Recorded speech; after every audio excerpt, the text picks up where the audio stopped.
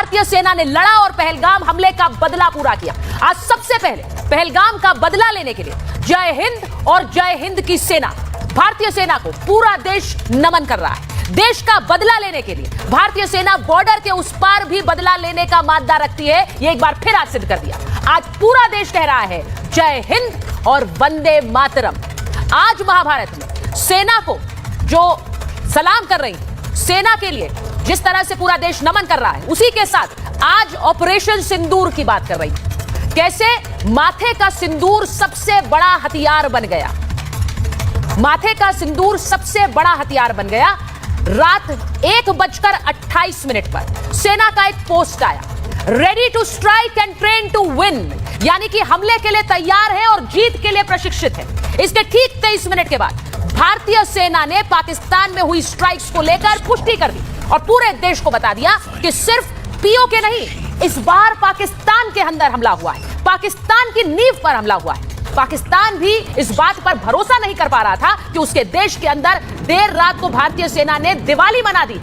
9 locations पर precision strikes की गई, जिनमें 5 पीओके के अंदर थी, लेकिन बहावलपुर, मुरीद के और सियालकोट में 4 लोकेशंस पाकिस्तान के अंदर के इलाके की है। यानी अब आतंकियों के लिए पाकिस्तान में कोई भी ठिकाना महफूज नहीं है, वहीं पकड़ कर मारेंगे। सेना ने पाकिस्तान के अंदर मारा है। पाकिस्तान मॉक ड्रिल का इंतजार करता रहा और यहां भारतीय सेना ने ऑपरेशन सिंदूर कर डाला, आतंकियों को और उनके ठिकानों को नेस्ता नाबूद कर दिया। इसी के साथ महाभारत में आपको यह भी बताऊंगी कि कैसे हाफिज सईद और मसूद अजहर की गर्दन तक पहुंच गई भारतीय सेना।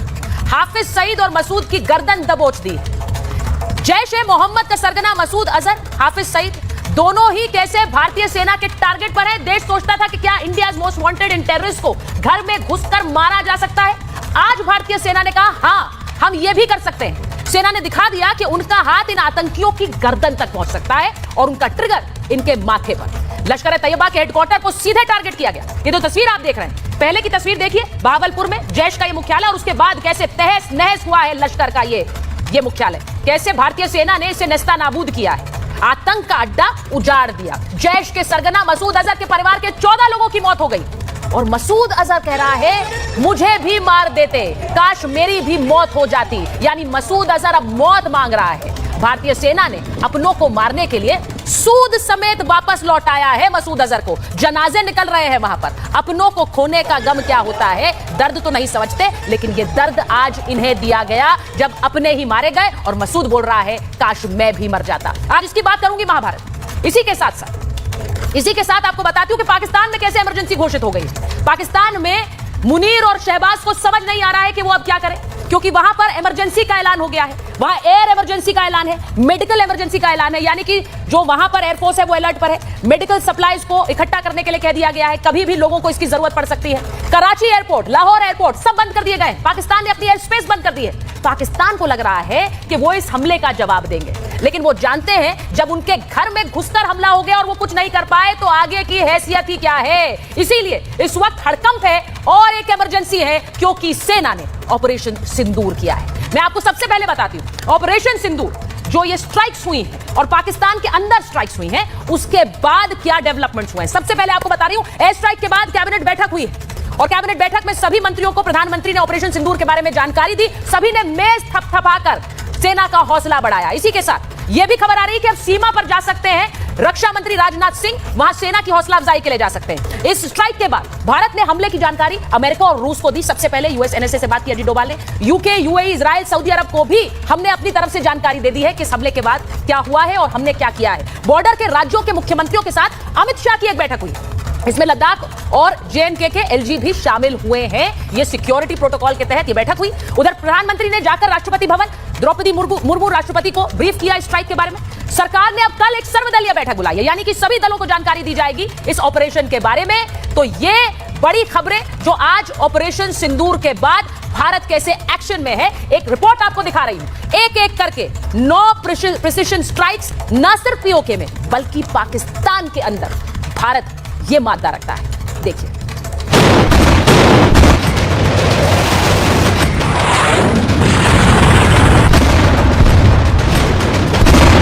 हिंदुस्तान ने ले लिया बदला। ऑपरेशन सिंदूर। सिर्फ पीओके नहीं, पाकिस्तान पर जोरदार हमला। 22 अप्रैल को पहलगाम में हुए आतंकी हमले का बदला भारत के वीर सपूतों ने 15 दिन के अंदर ले लिया। आतंकियों ने सिंदूर उजाड़े तो भारतीय सेना ने आतंकियों को ही उजाड़ दिया। इंडियन आर्मी, एयरफोर्स और नेवी ने एक जॉइंट ऑपरेशन में पाकिस्तान के अंदर स्ट्राइक की। मुजफ्फराबाद, कोटली, गुलपुर, बाग, चकामरू, भिंबर, मुरीद के, सियालकोट और बहावलपुर में सेना की यह स्ट्राइक हुई। ये वो 9 टारगेट्स हैं जिन्हें भारतीय सेना ने केवल 25 मिनट में 24 मिसाइलें दागकर खत्म कर दिया। हिंदुस्तान ने एक ही रात में लश्कर, जैश और हिजबुल मुजाहिदीन के कैंप्स को खत्म करके आतंकियों की कमर ही तोड़ दी है।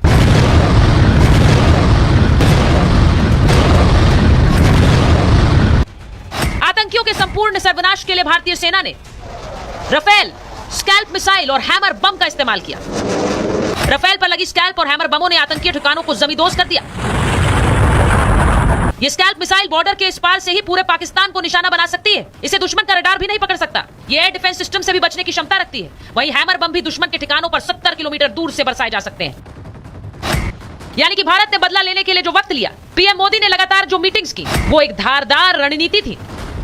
आतंकिस्तान पर जब ऑपरेशन सिंदूर चल रहा था, उस वक्त पीएम मोदी वॉर रूम पर नजर बनाए हुए थे। मोदी ने कहा था आतंकियों और उनके